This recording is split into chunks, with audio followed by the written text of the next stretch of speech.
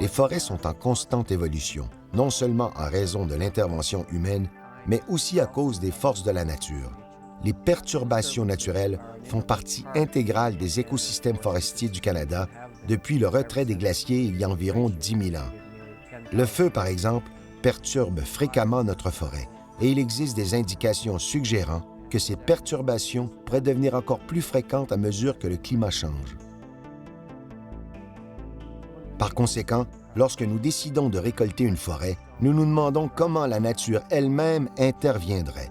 Nous imaginons des secteurs de récolte aux contours irréguliers, des arbres laissés intentionnellement sur pied et des massifs boisés demeurés intacts.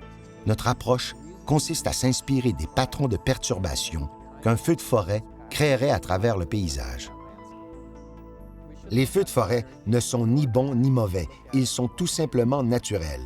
Dans certains cas, ils menacent les gens et les structures que ces derniers ont mises en place, mais ils constituent une partie naturelle de l'écosystème et sont essentiels à leur régénération et renouvellement.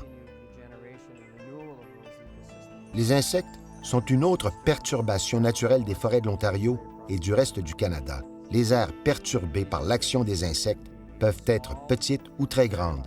L'infestation du dendroctone du pin que nous observons dans l'ouest du Canada en est un exemple classique.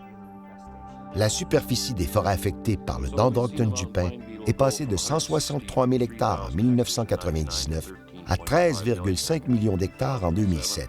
Ceci représente une quantité considérable de bois, un phénomène sans précédent à l'échelle globale.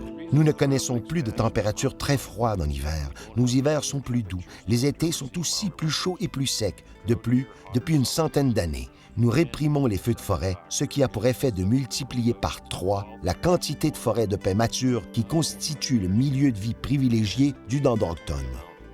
Nous abordons l'épidémie de plusieurs façons. La province possède un plan d'action sur le dendroctone du pin qui assure une bonne coordination des activités des agences.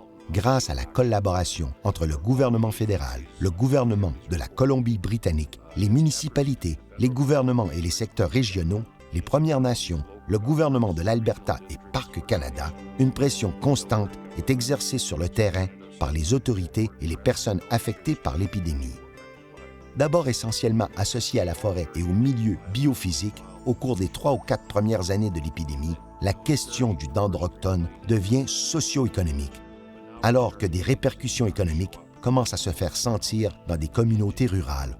On parle maintenant de diversification de ces économies. Un des fondements de notre approche en matière de gestion des forêts est le développement durable par lequel nous tentons de trouver un équilibre entre les besoins sociaux, économiques et environnementaux. C'est un principe qui nous guide dans notre prise de décision quotidienne quant au bien-être de nos forêts.